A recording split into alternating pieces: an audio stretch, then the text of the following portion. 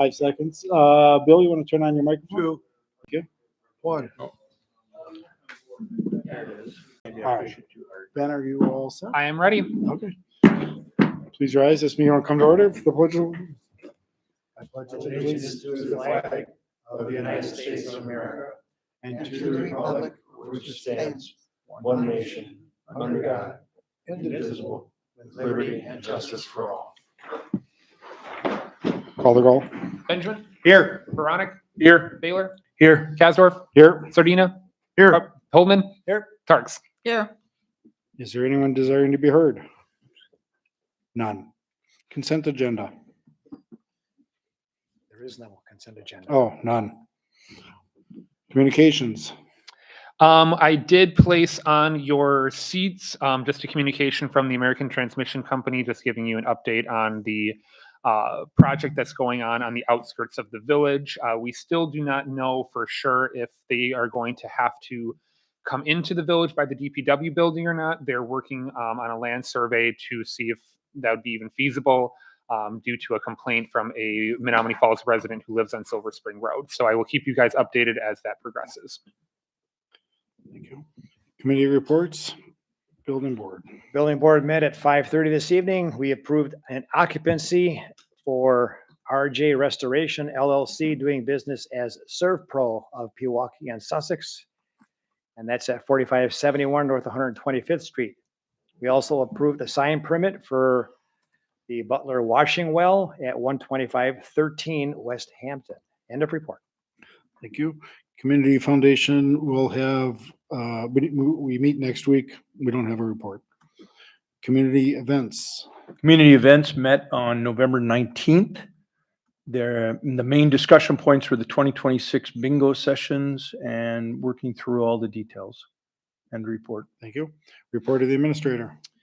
So we are in the process of kind of wrapping up the end of the year. So we have tax bills that should be going out here probably by the end of the week this week, if everything goes to plan with the county.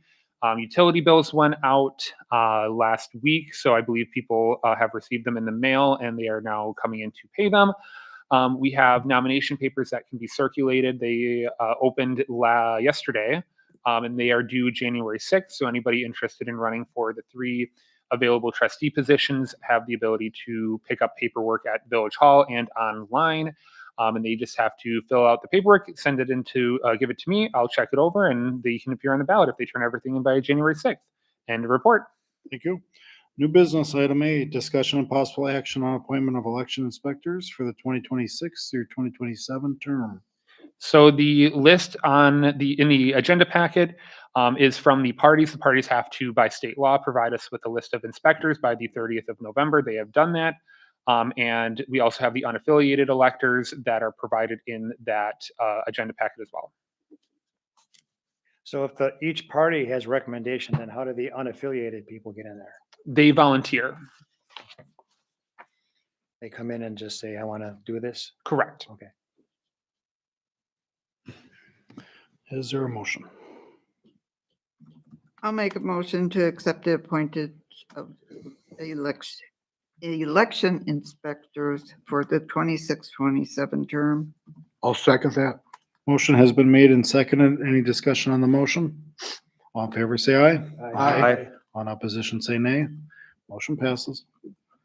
Item B, discussion and possible action on the sale of the 2014 Pierce Imperial engine to the Village of Elm Grove in the amount of $389,000.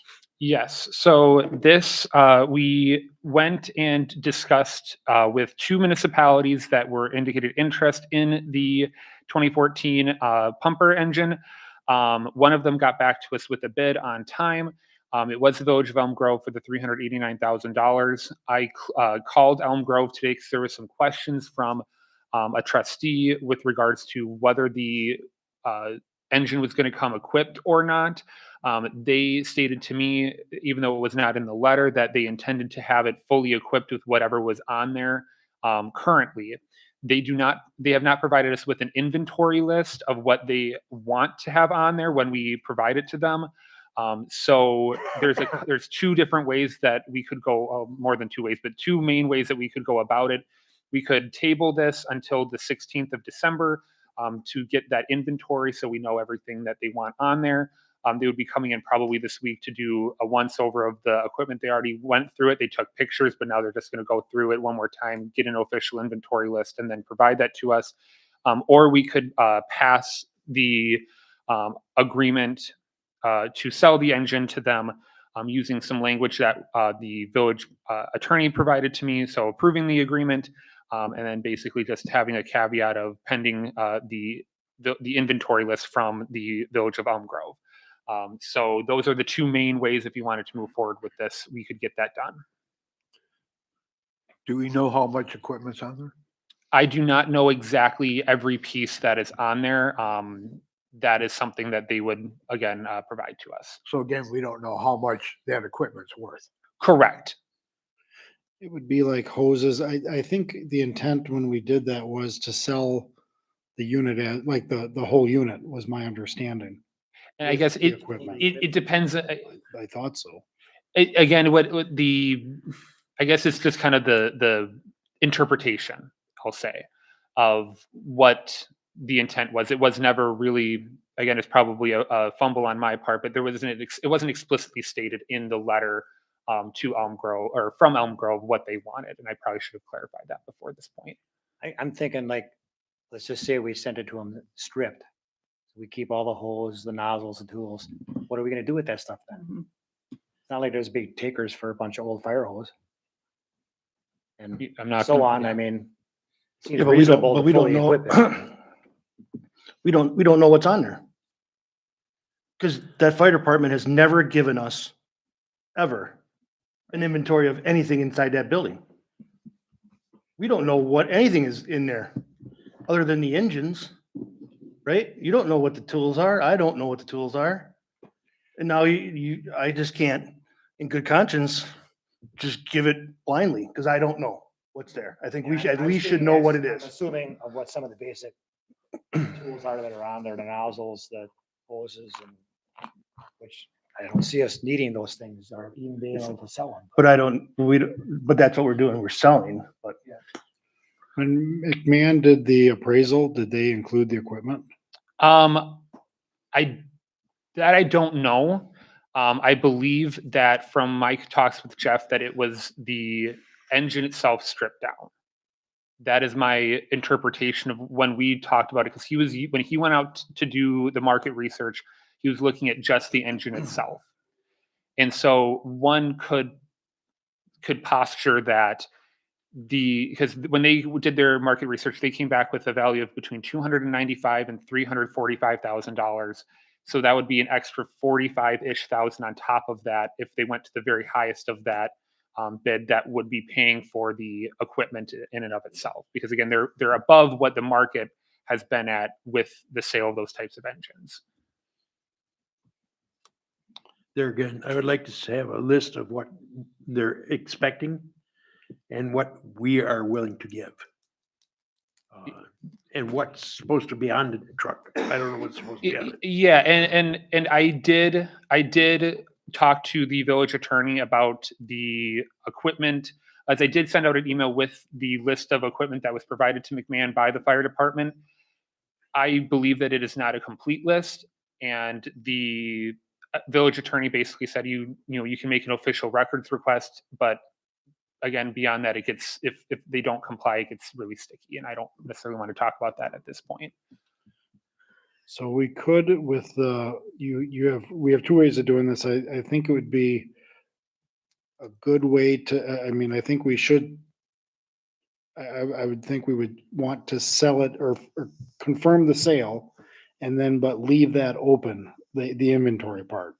So we can still talk about that. Is that what that motion you have, that language? Is that what that? So the language that the village attorney provided me today was it would be the motion to authorize an agreement to be entered into on or after January 1st, 2026 in a form acceptable to the village administrator and the village attorney in the amount of $389,000. Again, then the form part of it, the word form would be, the agreement would be in a form that the village attorney and I would agree upon, which would include the list of inventory and the engine itself. That's kind of what the agreement would be, the form of the agreement would take. Could we confirm the sale with this motion, but not put a price in until we know what the inventory is? So we could talk about that at the next meeting or firm up that detail? Can I make a suggestion? Sure. If we've got a amount of about $45,000 of value, I would like to see that because they're giving us a lot more than what they said. Could that equipment be worth the That- 45,000? Exactly. And that's what I'm saying. We But it could- also was a bid, right? They bid on it, assuming they were bidding against someone else, right? So we don't know that they don't really need an engine and they just gave their best for the engine to forego 4 years waiting for a piece of equipment and I need it now, not in 4 years. So we don't know. We're assuming that Correct. 45, Correct. right? Correct. And it's only based off of McMahon's Estimate. numbers, right? Right. But in a sale, it's whatever someone's willing to pay. I understand, but we have no use for the equipment that's We there have no right use now. for any of it, but we have an obligation to Get as much as we get as can. much money as possible. And people sat before and said that the engine and the ambulance were worth pennies on the dollar. Well, now we're seeing that that's not the case. This is true. Right? So I think as a board, I'd like to make a motion that we just table it and get their list. And if a table doesn't mean no. I mean, we And- want to sell it, but and we it just would talked- like to know what. Yeah, and I talked to Village of Elm Grove. They're fine with whatever we move forward with. If we table it, if we approve it, I talked with them about both possibilities. They were asking about what they think the board would do, and I said that obviously I'm not you guys, so I said I don't know where it would go, but I think that it would be at least prudent to get that list because they want to come and they want to. Again, we had a discussion and they agreed with me that they want to have that inventory list. So then, when that handoff does occur, that they can kind of go down that that checklist and say, yep, this is here, this is here, this is here. And I think that it would be prudent on our part to know, okay, if there is a lot of equipment on there that could be worth more, maybe we could negotiate a little bit higher. I think it's just a matter of knowing that that's the case, right? It's not a matter if we can squeeze another nickel out of someone. That's not what I'm looking to do. But I just find it, they put a bid in for something, but they just said they want the engine. Yep. They didn't say anything about any tools or anything else. If it was so important to them, usually when you make a bid on something, you make it pretty clear of what you're getting, because otherwise we would have sent them an engine with nothing on it. And then where do we sit? Based off of what this letter says, and that's the only thing we have to go off of. When we did the bid process, did we include equipment? I would have to check back on what was sent out. I don't want to say yes or no to that. How long So before we would get an inventory list? So they would be coming here and they would be doing the inventory themselves. I checked with the village attorney on accessing it, and Elm Grove will come? they and would do it? come. Yes. Is anybody from our, Right. is That's any what I was any one of us going to be there? Not our fire department, because they won't give I us will an be there. inventory. Okay. Yeah, I have to let them in. So Ben, do you understand what equipped means and what is what's standard when it says comes equipped? I guess I'm not familiar with the Terminology. terminology. I would have to go with the assumption that what is currently on there ready to go right now, because obviously if they were to get a call for a fire, they would get in there and go. So I would assume that everything that's in there loaded up right now is what would be considered quote unquote equipped. Again, I'm not an expert in that field, but that's my assumption with my layman's understanding. and tabling it doesn't affect the sale. No, No. and So- like they know that it's a possibility, so they're not. So the motion is to table Yes. pending clarification of the inventory Of what they want, yeah. and what we have. Yeah. I mean, Yeah. we don't know what's on there. And firm up Well, if I'm the hearing Ben terms. right, Yes. They don't want anything. Yep. They want the rig. We don't know. Isn't that what you said they told you? They want it fully equipped, Oh, they do but want the it fully- letter okay, I itself misheard. says just the engine. It doesn't specify I see, okay. everything. So what they want and what we have, both inventories. We'll just clarify all the terms of the sale. I'll second. A motion has been made and seconded to table this. Is there any discussion on the motion? All in favor, say aye. Aye. On opposition, say nay. Motion passes. Item C, discussion and possible action on ordinance 25-20, an ordinance to amend sections 28-62 through 28-64 of the Village of Butler Municipal Code pertaining to the responsibility of owners of designated agents of multiple family dwellings, non-residential facilities and properties, and prohibitions on disposal of recyclable materials separated for recycling. So this was encompassed in a larger recycling ordinance change that happened earlier this year. I had to send that ordinance off to the state to be reviewed, and just for their sign off, because it's a mandated ordinance that we update. They just had, if you look in the agenda packet, it's just clarifying that there's a couple different numbers that needed to get changed in there. So it's just an ordinance to correct those different sections, to basically fall into compliance with what the state wanted. It's just a quick clerical change on that ordinance. Is there a motion? I move that we accept ordinance 25, the corrections of ordinance 2520. I'll second it.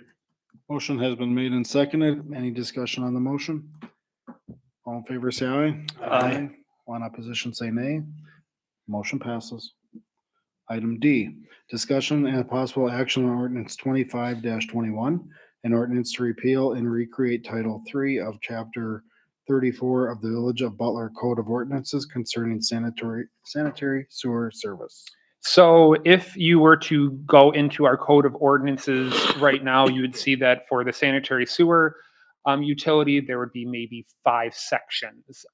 The other sections for the two utilities are many sections.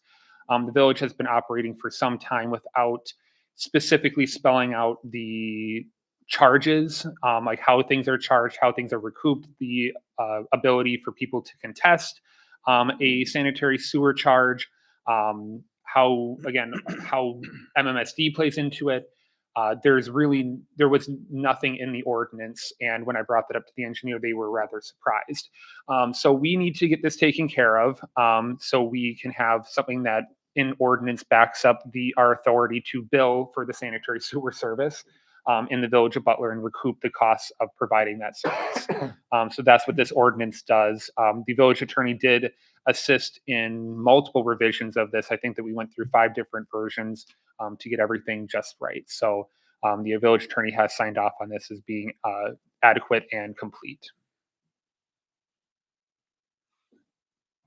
Is that then mostly for MMSD? It's for MMSD and for the villages, because right now if you look on the two, the storm sewer and the water service, it talks about the authority to bill and the authority to recoup and the various different charges and how things are broken down in the different classes.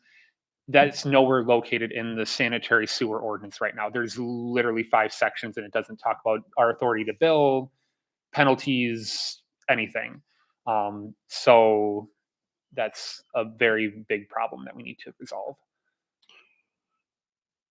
Any questions? I'll make a motion to accept ordinance 2521 as written.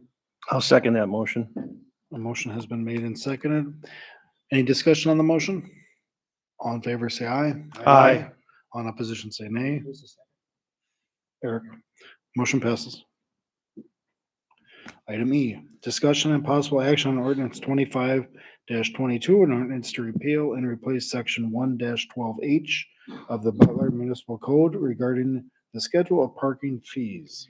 So in the ordinance, in one of the whereases, it talks about how as of, I think, middle of November, we have issued about 606 parking tickets. The majority of them are either handicap or no permit parking. So what we are intending to do with this is we did a study of many municipalities. The interns, Caitlin and Victoria, looked at many different municipalities on what they charge for different parking violations. We talked with the police department on what they would like to see with regards to the schedule of parking fees. The changes here are to kind of be punitive in the respect of trying to encourage people to not violate the parking code. Because right now it's $25 for having no permit. We want to up it to 35 because the parking pass that these people would be fine if they just got a parking pass is $36 a quarter. So we're basically trying to put it on par with how much the parking pass costs. And so they would be more incentivized saying, hey, this is $35. Or you could buy a $36 parking pass, you'd be good for 3 months. So we're trying to dissuade people from getting these parking tickets because we have a lot of habitual offenders when it comes to this. The other is the handicap parking spaces where we have a lot of people, particularly at Quick Trip, that violate that. And again, we want to try to discourage as much as possible the violation of that, because I think that the handicap rules are, to me, should be one of the most important things that we enforce, just because of the elderly and the disabled being able to access easy parking and easy access to buildings.